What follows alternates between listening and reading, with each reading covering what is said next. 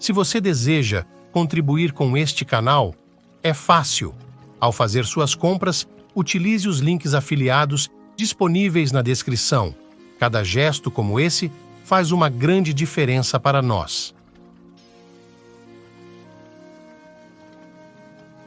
Existe algo chamado de gênio no ser humano. Existe uma competência aqui que é capaz de fazer o que a natureza fez ao longo de 1 milhão de anos, assim, durante uma tarde. Se houver o esforço necessário, você pode fazer disso um processo consciente. Se você criar a situação necessária, o sucesso é coisa garantida para essa pessoa.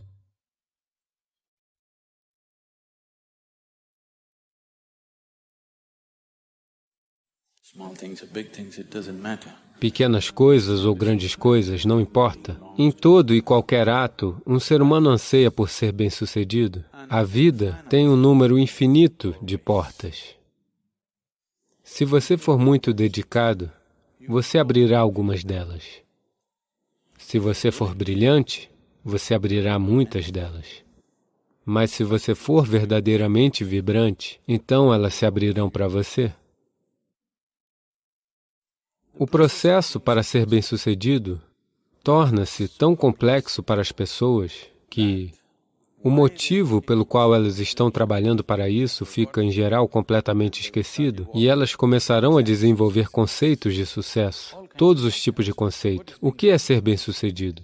Posso contar uma piada? Vocês estão tão sérios.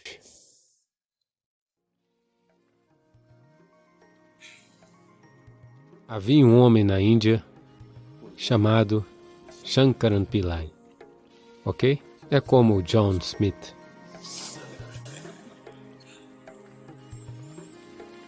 Seu filho veio para os Estados Unidos. Obviamente, um jovem indiano significa que ele é um engenheiro de software. Ele foi para o Texas, Houston, e começou a trabalhar lá. Daí ele se apaixonou por uma mulher branca americana. Ele estava sofrendo porque, no seu país, este relacionamento amoroso é um crime. Ele lutou e relutou até que um dia contou para sua mãe. Daí a mãe informou ao pai e o pai explodiu. Ele voltou para casa para convencê-lo, não deu certo, porque na Índia, se você tiver que se casar, eles vão rastrear sua árvore genealógica por 5.000 anos. Eles estão procurando pela pureza genética da pessoa com quem você vai se casar. Então, alguém de um outro lugar, uma mulher branca da América, como você pode se casar com ela? O que sabemos sobre a genética dela, de onde ela veio, qual é a descendência dela? Então, sem chance de convencê-lo, ele voltou. E, claro, quando ele voltou, ele se apaixonou novamente e eles seguiram em frente. E então o pai renegou. Shankaran Pillai simplesmente renegou seu filho. Eu não tenho nada a ver com você. Mas os anos se passaram e eles tiveram um menino. E a fotografia do menino, do dia em que ele nasceu, estava no Facebook e a esposa compartilhou no Face dele. E o bebezinho estava crescendo a cada dia e tudo mais. Lentamente, sabe? Você renegou o filho, mas o neto é um caso diferente. Lentamente, em questão de 1, 2 anos, ele se apaixonou completamente por esse bebezinho que ele ainda nem tinha visto. Com o passar do tempo, as pessoas começavam a chegar da América, aqueles que estavam viajando. Ah, você precisa ver o seu neto? Você não o viu? Você precisa vê-lo? Esse é o fruto da sua vida? Aos poucos isso o atingiu. Então ele decidiu, ele não vai ver o rosto de seu filho, ele irá para a América e só verá o rosto do neto. Claro que ele não vai nem olhar para aquela mulher branca.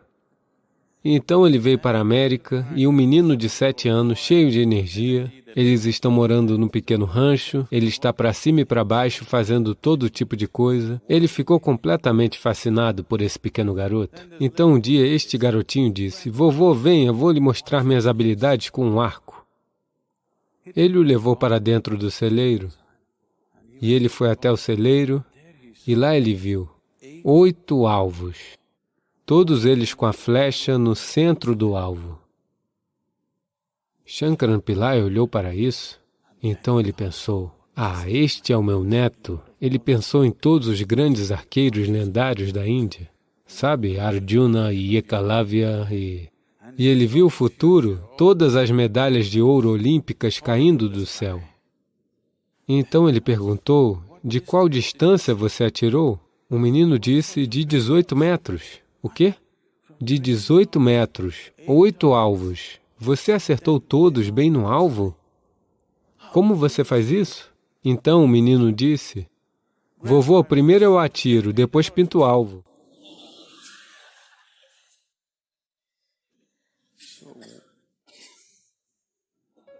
Esses conceitos sobre ser bem-sucedido podem ser muito frustrantes e eu tenho estado constantemente com pessoas que alcançaram um certo nível de sucesso e os seus conceitos de sucesso, as suas vidas não se encaixam nos seus conceitos de sucesso. E isso as está destruindo e elas acham que algo está errado. Não está dando errado, elas só melhoram, as situações estão fazendo com que elas prossigam, mas os seus conceitos estão desmoronando, por isso elas sofrem o próprio sucesso. Você verá inúmeras pessoas passando por esse tipo de coisa. Quando nós falamos de sucesso, tenho certeza de que todos vocês já devem estar planejando como alcançar esse sucesso em suas vidas. Vocês fizeram seus planos? Planejar é bom. Mas os planos também podem ficar estancados por coisas porque você planeja com base no que você sabe hoje. Ninguém pode planejar a partir daquilo que desconhece. O seu plano significa somente um exagero daquilo que é hoje na forma de amanhã. Neste momento você se encontra aqui em um certo nível. Agora você pensa, o meu plano quer dizer isso deve ser 10 vezes mais nos próximos tantos anos, ou seja o que for, ou 100 vezes, ou milhões de vezes, ou seja o que for. Mas essencialmente o plano é apenas um exagero daquilo que existe hoje.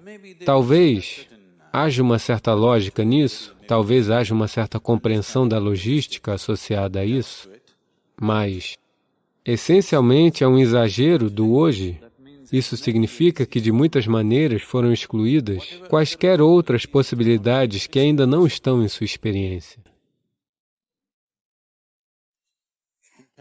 Na Pensilvânia, vocês ouviram falar das inundações da Pensilvânia? A Pensilvânia tem inundações, sabia? Aconteceu uma vez que uma grande inundação veio e a água começou a subir em uma pequena cidade, e subiu até, você sabe, as casas ficaram submersas. Então 2 meninos subiram no telhado da casa e ficaram sentados lá.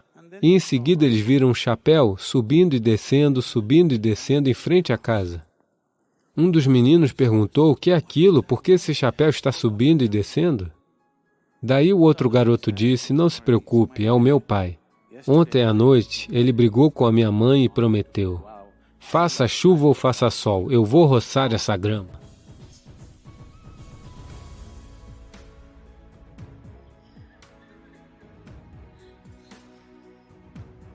Portanto, os planos podem ser frágeis. É bom ter um plano, mas é mais importante que você tenha um propósito. Se você tem um propósito, os planos vão evoluir, coisas vão acontecer, os planos irão desmoronar, coisas novas surgirão. O que tiver que acontecer, acontecerá. Se você seguir firme um determinado propósito, as outras coisas apenas servirão a este propósito. Mas se você estiver muito comprometido com um plano específico, então o plano pode se tornar um projeto restritivo. Isso também é uma possibilidade.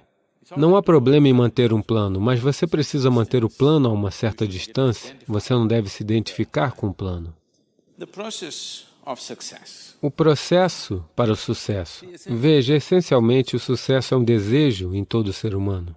Você pode colocar um pouco de fogo e fazer dele a sua paixão, mas se isso se tornar uma necessidade dentro de você, que você necessariamente precise ser bem-sucedido, caso contrário você sofreria. Então você está caminhando em direção a um problema sério.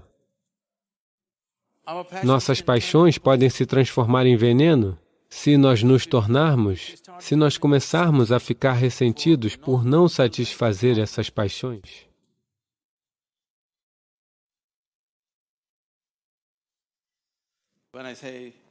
Quando eu digo transformar-se em veneno, hoje em dia há evidências médicas e científicas substanciais que mostram que se você ficar ressentido, Quando você fica ressentido com algo, com raiva de algo, frustrado com algo, nós podemos hoje verificar clinicamente. Podemos fazer alguns testes de sangue e mostrar-lhe que, na realidade, você está colocando veneno no seu sistema. Esses são venenos que você bebe e você espera que a outra pessoa morra. A vida não funciona assim. Se você bebe veneno, você morre, e isso é justo. É muito justo, não é? Se você bebe veneno, você deve morrer. Eu bebo veneno e eu quero que ele morra. Não funciona assim. Portanto, essas emoções sempre afastam a habilidade fundamental. Veja, existe algo chamado de gênio no ser humano. Todo ser humano o possui, todo ser humano o acessa em algum momento da vida. Mas a questão é, com que frequência você o acessa? Essa é a questão. Você foi brilhante uma vez em sua vida. Isso não é bom o suficiente. Você deve ser brilhante o tempo todo, não é? O que é o gênio? Existem muitas maneiras de olhar para isso. A maneira mais simples de olhar para isso é... Quando dizemos inteligência, estamos sempre pensando em pensamento lógico? Não. O pensamento lógico não terá sentido, provavelmente daqui a 25 anos, porque o seu computador poderá ser capaz de explorar todas as permutações e combinações do pensamento lógico, muito mais rápido e muito melhor do que você consegue. Então, tocar o gênio significa que existe outra dimensão de inteligência dentro de você. O que você comeu no café da manhã? Frango e salada. Veja, ele comeu um frango. Ao longo da tarde, esse frango se transformou em um ser humano. Se você perguntasse a Charles Darwin quanto tempo um frango leva para se tornar um ser humano, ele falaria em termos de milhões de anos. Aqui está. Ao longo da tarde, ele transformou um frango em um ser humano.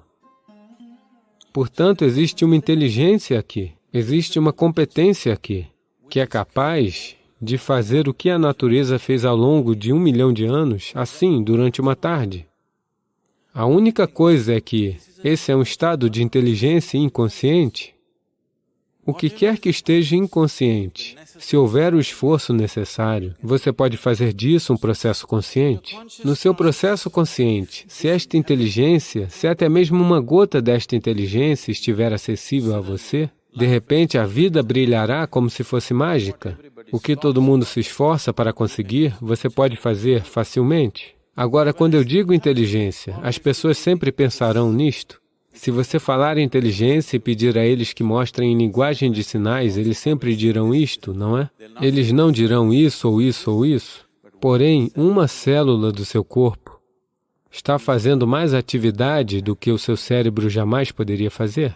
Uma molécula de DNA está realizando várias milhões de funções em um minuto que você nunca jamais conseguirá compreender, sim ou não? Assim, no yoga, nos sistemas iógicos, nas ciências iógicas, nós nunca consideramos nada como mente. Não existe tal coisa como mente, existe um corpo físico e um corpo mental. Então, você aprende a pensar através de seu corpo. Você sabe, esta é uma sessão curta, não é uma área que devemos entrar neste momento, mas eu tenho que dizer isso a vocês. Existem muitas coisas que eu pessoalmente faço ao mesmo tempo.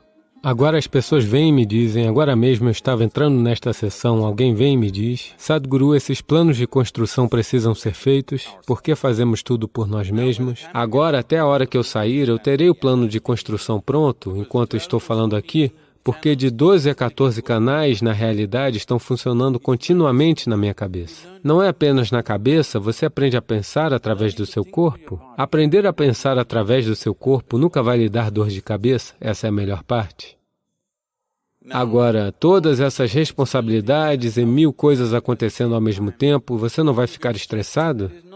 Não existe tal coisa, porque você usa uma dimensão mais profunda de si mesmo, e todos são capazes disso, e todos a têm. Pode ser que você não tenha o mesmo nível de intelecto de uma outra pessoa. Isso sempre varia de pessoa para pessoa. Mas se todos vocês comerem uma cenoura, você poderá digeri-la. Isso significa que você tem uma outra dimensão de inteligência, sim? Se você criar a situação necessária para que tudo que está dentro do sistema esteja acessível a você, o sucesso é coisa garantida para essa pessoa.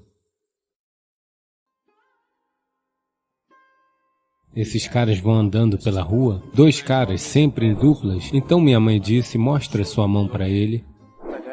Esse cara me olha e me dá um olhar zombeteiro. Então ele fala de todo mundo e você não vai acreditar.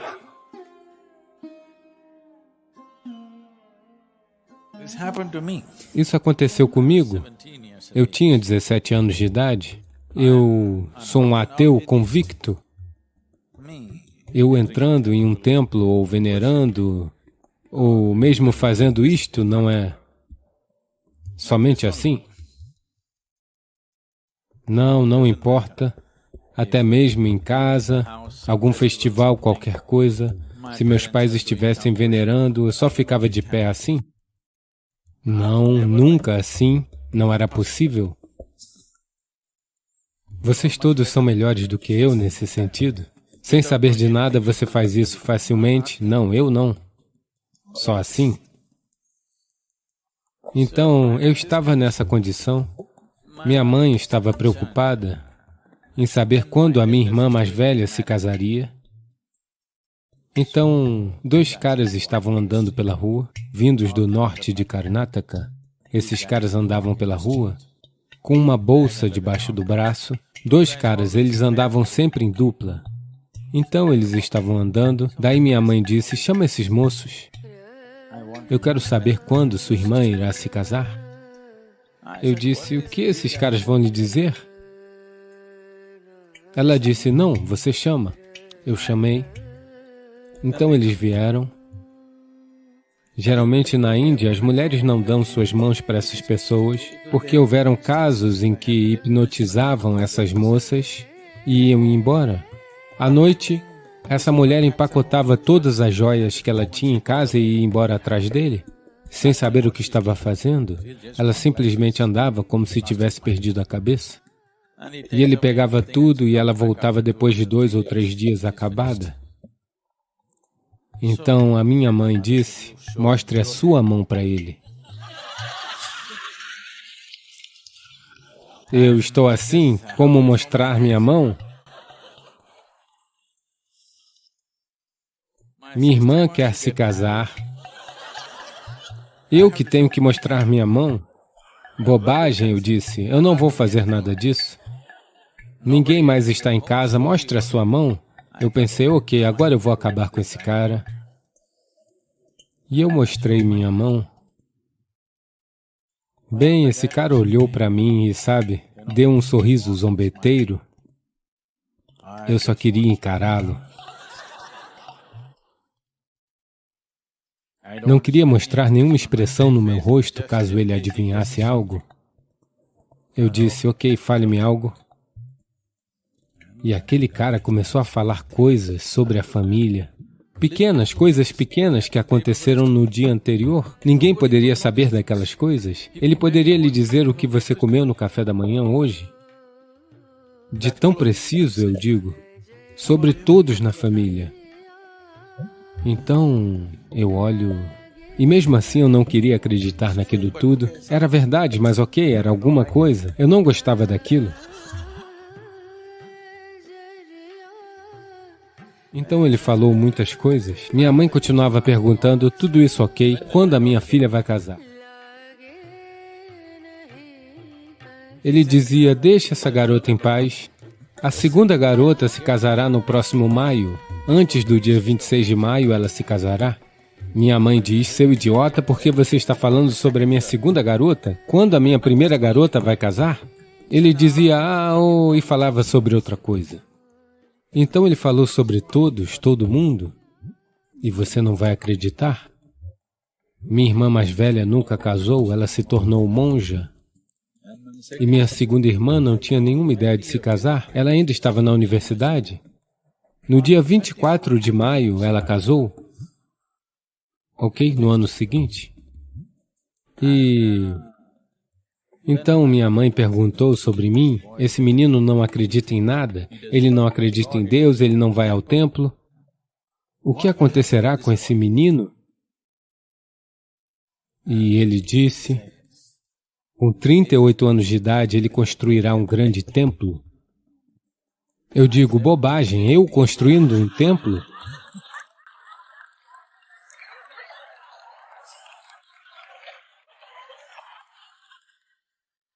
Eu vou construir um templo?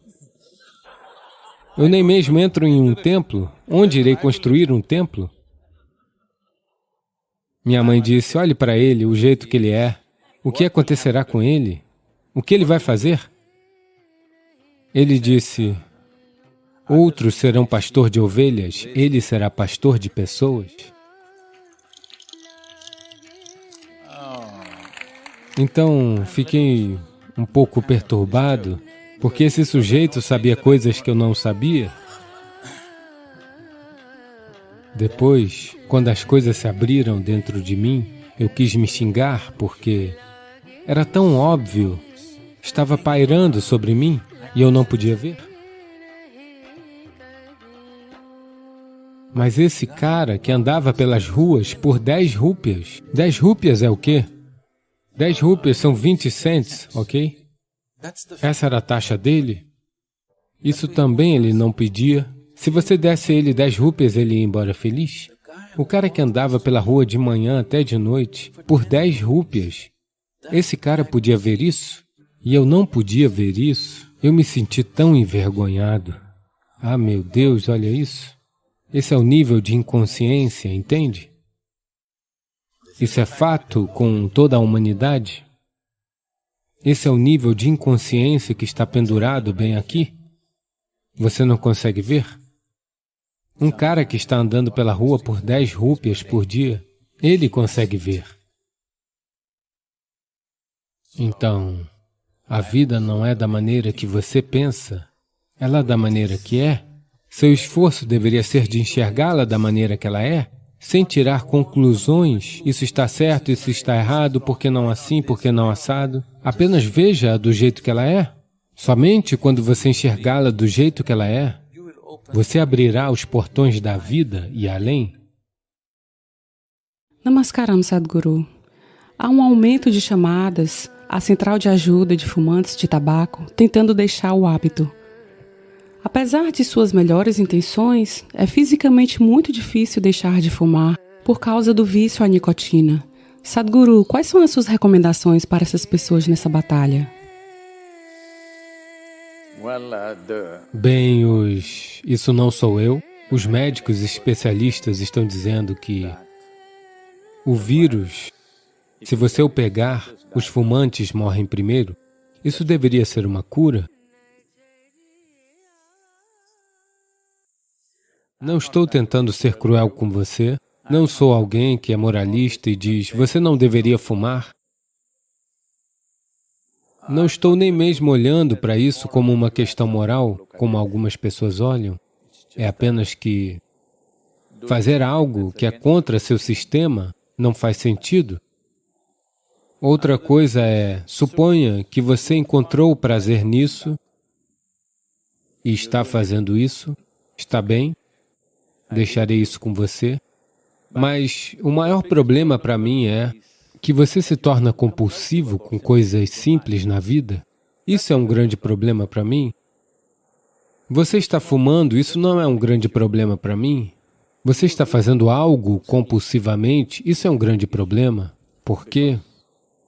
Você está jogando fora os benefícios evolucionários que este ser humano tem, que ele pode fazer tudo conscientemente, mas você está escolhendo compulsivamente fazer algo. O que você pode ter adotado como um modismo ou como um prazer, como um simples prazer na sua vida, você gosta de tabaco, você gosta de fumar? Não vou atrapalhar, tudo o que estou dizendo é que não jogue fora o benefício evolucionário, porque esta Mãe Terra e a natureza têm trabalhado por milhões de anos para lhe trazer a este nível de percepção, consciência e inteligência, um cérebro deste tamanho. Quando as pessoas estão usando seus cérebros hoje para ver como fazer um carro que não faça fumaça, você ainda está fumando? O que é isso? De vez em quando você quer fumar porque você aprecia isso. Deixarei isso de lado, não entrarei na sua vida pessoal a esse ponto. Bem, não faz sentido, mas nem tudo precisa fazer sentido, está bem? mas você é compulsivo? Isso, não. Porque esses milhões de anos de evolução estão sendo desperdiçados em você virando fumaça? Literalmente? Agora, eu deveria largar. O que há para largar? Veja, se a fumaça estivesse saindo das suas orelhas, você deveria fazer tratamento? Algo estaria queimando por dentro? Mas você está colocando para dentro e soprando para fora? Não há tratamento, você apenas tem que tomar uma decisão. Você só pode tomar uma decisão porque você viu aqueles anúncios da Marlboro, porque você pensou que só seria um homem de verdade quando fumasse? Não tenho preconceito de gênero, mulheres também podem fumar, claro. O que faz você pensar que só homens podem fumar? Não, você também pode ser estúpido. Ser estúpido não é só um privilégio dos homens, todos têm o direito. A única coisa é que a estupidez assume muitas formas de machucar várias vidas, mas a forma mais básica de estupidez é que você escolhe machucar esta vida, mesmo havendo dor física e muitas outras coisas envolvidas, ainda assim você escolhe machucar esta aqui. Isso não está acontecendo por escolha. Você pode ter começado por escolha, mas depois de algum tempo é apenas uma grande compulsão. Eu quero largar isso, não faça isso. Se você deixar algo forçosamente, você começará a fazer alguma outra coisa louca. Uma vez aconteceu, Shankaran Pillai, um dia estava saindo do escritório e sua colega de escritório, uma mulher jovem, lhe perguntou, você pode, por favor, me deixar em casa hoje? Ele disse sim, como um cavalheiro, ele a levou, abriu a porta, tudo. Eles estavam no caminho. Quando apareceu um trecho de estrada deserta, ele parou e, de repente, transformou-se num polvo. Quer dizer, ele tinha 8 membros. Ele estava todo em cima dela. Ela o empurrou e disse, seu idiota, entrei no seu carro pensando que você era um cara decente. O que você está fazendo? Ele disse, desculpe-me, é que eu parei de fumar. Então você não faz esse tipo de coisa forçosamente? Se você entender, se você estiver começando a entender, que estamos entendendo que um ônibus que sai muita fumaça não é bom, um carro que sai fumaça não é bom, mas na evolução de um automóvel, eles ainda estão naquele ponto onde ainda tem que soltar fumaça. Nem todos eles se tornaram elétricos. Na evolução de um automóvel, soltar fumaça ainda é ok. Estamos trabalhando rumo a um sem fumaça, mas a fumaça ainda é ok porque a evolução do automóvel ainda não alcançou esse ponto, onde ele é totalmente sem fumaça, mas a evolução deste se tornou sem fumaça muito tempo atrás. Ele joga para fora dióxido de carbono, essa é a sua natureza, mas agora você quer inspirar monóxido de carbono, ou o que quer que seja. Bem, você apenas tem que ver que isso é estúpido. Assim que você enxerga que algo é estúpido, você não tem que largar, isso irá desaparecer. Neste momento, você está se sentindo um pouco... Você acha que é muito esperto fazer isso? Especialmente quando você tinha 14, 15 anos de idade, quando você fumava, você pensava que realmente estava fazendo algo legal? Então, qualquer que seja a sua idade agora, se você entender que isso é uma coisa estúpida, o que está fazendo, você não tem que largar, isso vai simplesmente desaparecer. Porque você não gosta de ser estúpido, eu sei disso.